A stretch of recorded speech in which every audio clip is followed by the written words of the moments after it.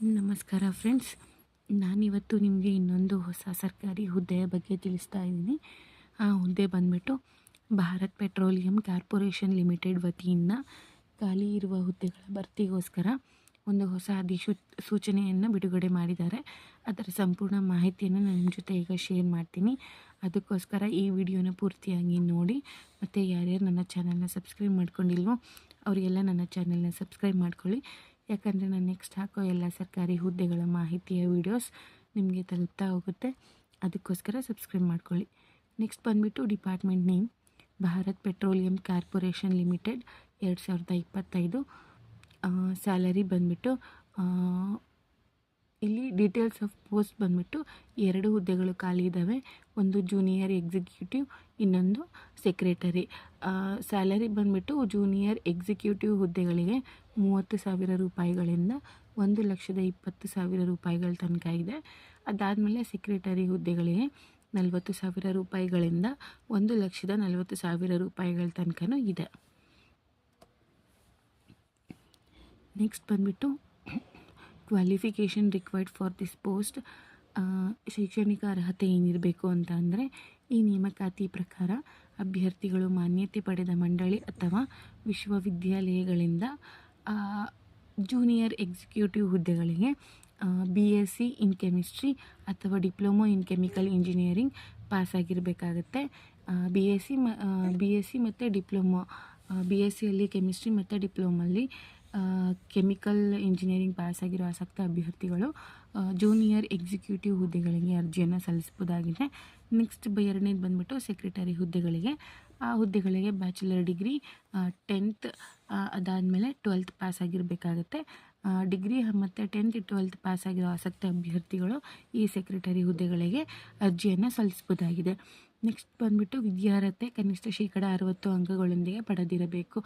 ಅಂದರೆ ನಾವು ಓದಿರೋ ವಿದ್ಯಾರ್ಹತೆಯಲ್ಲಿ 60% ಅಂಕಗಳಿದ್ದರೆ ಮಾತ್ರ ನಾವು ಅರ್ಜಿಯನ್ನು ಸಲ್ಲಿಸೋದಕ್ಕೆ ಅವಕಾಶವನ್ನು ಕೊಟ್ಟಿದ್ದಾರೆ. ನೆಕ್ಸ್ಟು SC ST ಮತ್ತು PWD ಅಭ್ಯರ್ಥಿಗಳಿಗೆ 55% ಅಂಕಗಳೊಂದಿಗೆ ವಿದ್ಯಾರ್ಹತೆ ಪಡೆದಿದ್ದರೂ ಅರ್ಜಿ ಹಾಕಲು ಅವಕಾಶವನ್ನು ನೀಡಲಾಗಿದೆ. ಅಂದರೆ ಈ SC ST ಮತ್ತು PWD ಅಭ್ಯರ್ಥಿಗಳಿಗೆ 60% ತಗೊಂಡೇ ಇದ್ರೂ 55% ಅಂಕಗಳನ್ನು ಪಡೆದಿದ್ರೂ ಕೂಡ ಅರ್ಜಿಗಳನ್ನು ಸಲ್ಲಿಸೋದಕ್ಕೆ ಅವಕಾಶವನ್ನು ಕೊಟ್ಟಿದ್ದಾರೆ. ನೆಕ್ಸ್ಟ್ ಬಂದುಬಿಟ್ಟು age limit to apply for this post. ಅಂದರೆ ವಯೋಮಿತಿ ಏನಿರಬೇಕು ಅಂತ ಅಂದರೆ, ಈ ನೇಮಕಾತಿ ಪ್ರಕಾರ ಅಭ್ಯರ್ಥಿಗಳ ವಯಸ್ಸು ಕನಿಷ್ಠ 18 ವರ್ಷ ಆಗಿರಬೇಕು ಮತ್ತು ಗರಿಷ್ಠ 39 ವರ್ಷ ಮೀರಿರಬಾರದು. ವಯೋಮಿತಿ ಸಡಿಲಿಕೆ ಕೂಡ ಇರುತ್ತದೆ. ಅಂದರೆ 18 ವರ್ಷದಿಂದ 29 ವರ್ಷದೊಳಗಿರೋ ಆಸಕ್ತ ಅಭ್ಯರ್ಥಿಗಳು ಈ ಹುದ್ದೆಗಳಿಗೆ ಅರ್ಜಿಯನ್ನು ಸಲ್ಲಿಸಬಹುದಾಗಿದೆ. ವಯೋಮಿತಿ ಸಡಿಲಿಕೆಯನ್ನು ಕೂಡ ಕೊಟ್ಟಿದ್ದಾರೆ. ಅದು ಬಂದುಬಿಟ್ಟು ಇತರೆ ಹಿಂದುಳಿದ ವರ್ಗದ ಅಭ್ಯರ್ಥಿಗಳಿಗೆ 3 ವರ್ಷ ಸಡಿಲಿಕೆಯನ್ನು ಕೊಟ್ಟಿದ್ದಾರೆ. ಮತ್ತು ಪರಿಶಿಷ್ಟ ಜಾತಿ, ಪರಿಶಿಷ್ಟ ಪಂಗಡ ಅಭ್ಯರ್ಥಿಗಳಿಗೆ 5 ವರ್ಷ ಸಡಿಲಿಕೆಯನ್ನು ಕೊಟ್ಟಿದ್ದಾರೆ. ನೆಕ್ಸ್ಟ್ ಬಂದುಬಿಟ್ಟು ಅಪ್ಲಿಕೇಶನ್ ಫೀಸ್, ಅರ್ಜಿಯ ಶುಲ್ಕ ಬಂದುಬಿಟ್ಟು ಪರಿಶಿಷ್ಟ ಜಾತಿ, ಪರಿಶಿಷ್ಟ ಪಂಗಡ ಅಭ್ಯರ್ಥಿಗಳಿಗೆ ಯಾವುದೇ ಅರ್ಜಿ ಶುಲ್ಕ ಇಲ್ಲ. ಮತ್ತು ಜನರಲ್ ಮತ್ತು EWS OBC ಅಭ್ಯರ್ಥಿಗಳಿಗೆ 1,180 ರೂಪಾಯಿಗಳು ಅರ್ಜಿ ಶುಲ್ಕ ಇರುತ್ತೆ. ಮತ್ತು ಆನ್ಲೈನ್ ಮೂಲಕ ಅರ್ಜಿ ಶುಲ್ಕ ಪಾವತಿಸಬೇಕಾಗುತ್ತೆ. ಈ ಅರ್ಜಿ ಶುಲ್ಕನ ನಾವು ಆನ್ಲೈನ್ ಮೂಲಕ ಪಾವತಿ ಮಾಡ್ಕೋಬೇಕಾಗುತ್ತೆ. ನೆಕ್ಸ್ಟ್ ಬಂದುಬಿಟ್ಟು ಇಂಪಾರ್ಟೆಂಟ್ ಡೇಟ್ಸ್ ಫಾರ್ ಅಪ್ಲೈಯಿಂಗ್. ಅಂದರೆ ಅರ್ಜಿ ಸಲ್ಲಿಸಲು ಪ್ರಾರಂಭ ದಿನಾಂಕ 22/1/2025. ಅರ್ಜಿ ಸಲ್ಲಿಸಲು ಕೊನೆಯ ದಿನಾಂಕ 22/2/2025. ಅಂದರೆ ಫೆಬ್ರವರಿ 22ನೇ ತಾರೀಕು ತನಕನೂ ಕೂಡ ನಮಗೆ ಅರ್ಜಿ ಸಲ್ಲಿಸೋದಕ್ಕೆ ಅವಕಾಶವನ್ನು ಕೊಟ್ಟಿದ್ದಾರೆ. ನೆಕ್ಸ್ಟ್ ಬಂದುಬಿಟ್ಟು how to apply for this post. ನಾವು ಈ ಹುದ್ದೆಗಳಿಗೆ ಯಾವ ಥರ ಅರ್ಜಿಯನ್ನು ಸಲ್ಲಿಸ್ಬೋದು ಅಂತ ಅಂದರೆ, ಈ ನೇಮಕಾತಿ ಬಿಡುಗಡೆ ಮಾಡಿದ ಅಧಿಸೂಚನೆಯನ್ನು ಎಲ್ಲ ಅಭ್ಯರ್ಥಿಗಳು ಒಮ್ಮೆ ಸರಿಯಾಗಿ ಓದಿಕೊಳ್ಳಿ. ಈ ಇಲಾಖೆಯವರು ರಿಲೀಸ್ ಮಾಡಿರೋ ನೋಟಿಫಿಕೇಷನ್ನ ಡೀಟೇಲಾಗಿ ಓದ್ಕೋಬೇಕಾಗುತ್ತೆ. ಅದಾದಮೇಲೆ ಈ ಹುದ್ದೆಗಳಿಗೆ IBPS ವೆಬ್ಸೈಟ್ನಲ್ಲಿ ಅರ್ಜಿ ಸಲ್ಲಿಸಬೇಕು. ನಾವು ಈ ಹುದ್ದೆಗಳಿಗೆ IBPS ವೆಬ್ಸೈಟ್ನಲ್ಲಿ ಅರ್ಜಿಯನ್ನು ಸಲ್ಲಿಸಬೇಕಾಗುತ್ತೆ. ಅದಾದಮೇಲೆ IBPSನ BPCL ನೇಮಕ ಪ್ರಕ್ರಿಯೆ ವೆಬ್ಸೈಟ್ಗೆ ಭೇಟಿ ನೀಡಿ ಆ ವೆಬ್ಸೈಟ್ ಅಡ್ರೆಸ್ನ ನಾನು ಡಿಸ್ಕ್ರಿಪ್ಷನಲ್ಲಿ ಹಾಕಿರ್ತೀನಿ. ಆ ವೆಬ್ಸೈಟ್ ಅಡ್ರೆಸ್ಗೆ ಭೇಟಿ ನೀಡಬೇಕಾಗುತ್ತೆ. ಅದಾದಮೇಲೆ ಓಪನ್ ಆದ ವೆಬ್ ಪೇಜ್ನಲ್ಲಿ click here for new registration ಮೇಲೆ ಕ್ಲಿಕ್ ಮಾಡಿ ಆ ವೆಬ್ಸೈಟ್ಗೆ ಹೋದ್ಮೇಲೆ ಆ ವೆಬ್ ಪೇಜ್ನಲ್ಲಿ click here for new registration ಅಂತ ಒಂದು ಟ್ಯಾಬ್ ಇರುತ್ತೆ. ಆ ಟ್ಯಾಬ್ ಮೇಲೆ ಕ್ಲಿಕ್ ಮಾಡ್ಕೋಬೇಕಾಗುತ್ತೆ.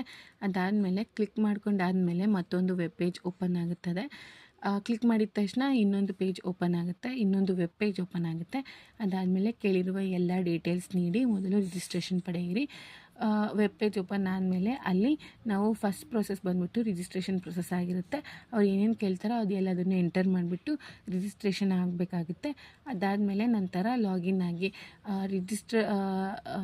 ರಿಜಿಸ್ಟರ್ ಹಾಗೂ ಮತ್ತು ಪಾಸ್ವರ್ಡ್ ಈ ಎರಡನ್ನೂ ಎಂಟರ್ ಮಾಡಿ ನಾವು ಲಾಗಿನ್ ಆಗಬೇಕಾಗುತ್ತೆ. ಅದಾದಮೇಲೆ ಲಾಗಿನ್ ಆದ ತಕ್ಷಣ ಅರ್ಜಿ ಓಪನ್ ಆಗುತ್ತದೆ. ಅರ್ಜಿಗಳನ್ನು ತುಂಬಿ ಲಾಗಿನ್ ಆದ ತಕ್ಷಣ ಅರ್ಜಿ ಓಪನ್ ಆಗುತ್ತೆ. ಆ ಅರ್ಜಿಯಲ್ಲಿ ಕೇಳಿರೋ ಎಲ್ಲ ಡೀಟೇಲ್ಸ್ನ ಕೂಡ ನಾವು ತಪ್ಪಿಲ್ಲದೆ ಫಿಲ್ ಮಾಡ್ಕೋಬೇಕಾಗತ್ತೆ. ಅದಾದಮೇಲೆ ಕೊಟ್ಟಿರುವ ದಾಖಲೆಗಳನ್ನು ಅಪ್ಲೋಡ್ ಮಾಡಿ ಅರ್ಜಿ ಶುಲ್ಕ ಆನ್ಲೈನ್ ಮೂಲಕ ಪಾವತಿ ಮಾಡಿ ಅದಾದಮೇಲೆ ಸಬ್ಮಿಟ್ ಬಟನ್ ಕ್ಲಿಕ್ ಮಾಡಿ ಅರ್ಜಿಗಳನ್ನು ತುಂಬಿದ ಆದಮೇಲೆ ನಾವು ಅವ್ರು ಕೇಳಿರೋ ಎಲ್ಲ ದಾಖಲೆಗಳನ್ನು ಕೂಡ ಸರಿಯಾಗಿ ಅಪ್ಲೋಡ್ ಮಾಡ್ಕೋಬೇಕಾಗತ್ತೆ. ಅದಾದಮೇಲೆ ಕೊನೆಯದಾಗಿ ಅರ್ಜಿ ಶುಲ್ಕನ ನಾವು ಆನ್ಲೈನ್ ಮೂಲಕ ಪಾವತಿ ಮಾಡ್ಕೋಬೇಕಾಗುತ್ತೆ. ಯಾರ್ಯಾರಿಗೆ ಅರ್ಜಿ ಶುಲ್ಕ ಅಪ್ಲೈ ಆಗುತ್ತೋ ಅವರೆಲ್ಲ ಪಾವತಿ ಮಾಡ್ಕೋಬೇಕಾಗುತ್ತೆ. ಅದಾದಮೇಲೆ ಸಬ್ಮಿಟ್ ಬಟನ್ ಮೇಲೆ ಕ್ಲಿಕ್ ಮಾಡ್ಕೋಬೇಕಾಗುತ್ತೆ.